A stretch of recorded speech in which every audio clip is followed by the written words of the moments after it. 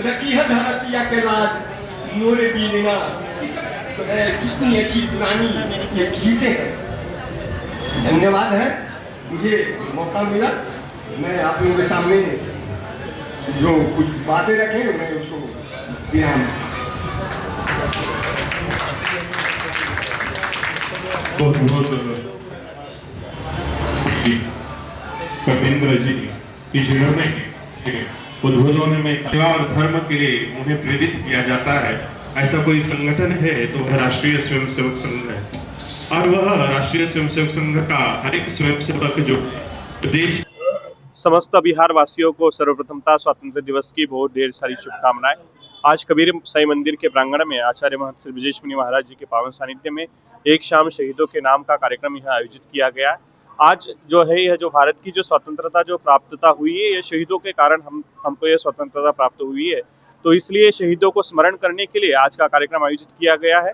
और कल कृष्ण जन्माष्टमी का भी भव्य कार्यक्रम इस कबीर साई मंदिर के प्रांगण में आयोजित किया गया है। तो तमाम पटना के और तमाम बिहार वासियों के ही जितने भी संपूर्ण भगत हैं उन सबको हम आमंत्रित करते हैं कि कल यहाँ पर आए और कृष्ण जन्माष्टमी के कार्यक्रम में आप सादर आमंत्रित हैं। आज 15 अगस्त भी है जी।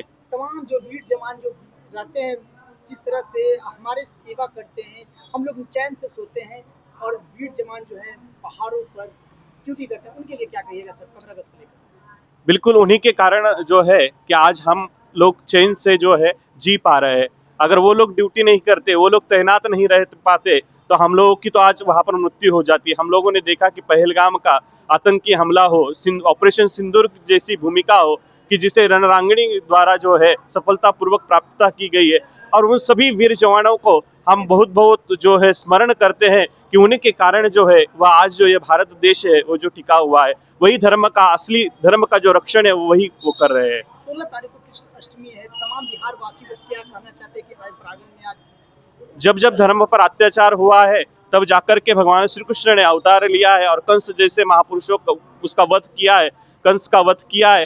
तो आज भी समाज में ऐसे अन्याय अत्याचार हो रहे हैं। उस अन्याय अत्याचार के लिए कहते हैं कि संत न होते जगत में तो जल मरता संसार। तो साधु संतों के द्वारा जो है कल कृष्ण जन्माष्टमी का महापर्व इस कबीर साई मंदिर के प्रांगण में आचार्य महंत श्री ब्रजेश मुनि महाराज जी स्वयं हम कथा वाचन कर रहे हैं।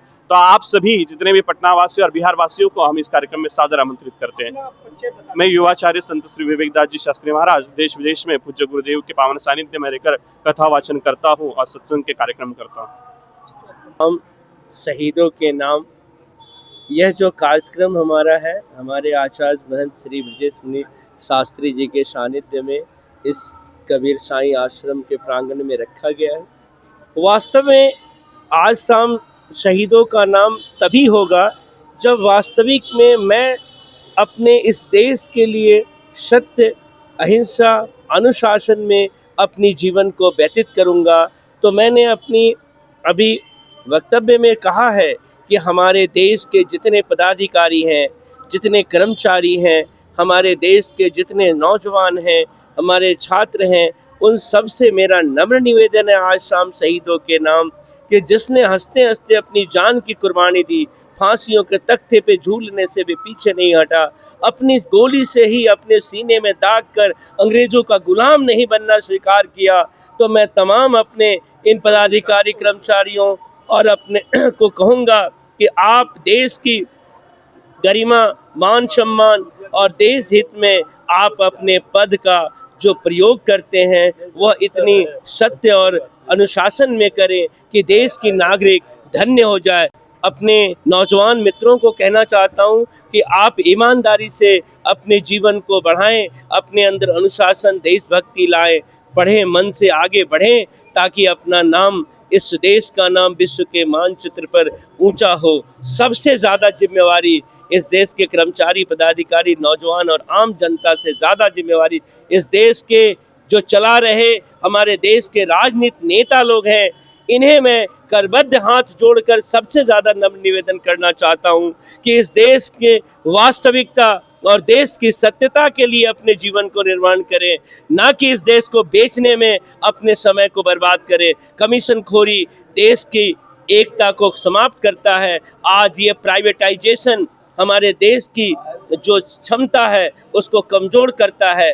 आज विदेशों के हाथ में या देश के ही कुछ मुट्ठी भर लोगों के हाथों में ही सारी व्यवस्था चली जाएगी तो इससे हमारा देश खोखला हो जाएगा। तो मैं वैसे राजनेताओं से कहना चाहता हूं कि देश की समृद्धि के लिए, देश के खजाने में, देश की संप्रभुता के लिए, देश की एकता के लिए सारे जितने भी हमारे अर्निंग पॉइंट्स होने चाहिए वो देश के साथ में होना चाहिए। और ये सारे मंत्रालय इसलिए बनाए गए थे कि हम उन मंत्रालयों के द्वारा सारे चीज़ों को कंट्रोल करें। जितने भी स्कूल, कॉलेज, हॉस्पिटल से लेके इंडस्ट्रीज हैं ये सारे मेरे हाथ में हो, आयुध कंपनियां मेरे हाथ में हो, तेल की कंपनियां मेरे हाथों में हो, ये सारे चीजें आज देश से दूर हो रही है। यह देश के लिए दुर्भाग्य, गुलामी से भी ज्यादा बदतर हालात है। इस हालात को अगर नहीं ठीक किया गया तो चंद दिनों में मेरा देश मुट्ठी भर लोगों के हाथ में गुलाम हो जाएगा और इन शहीदों की जो शहीदगिरी है वह बर्बादी की तरफ चली जाएगी। मैं क्या उनकी याद करूंगा, यह तो उनके लिए बर्बाद का दिन आ रहा है।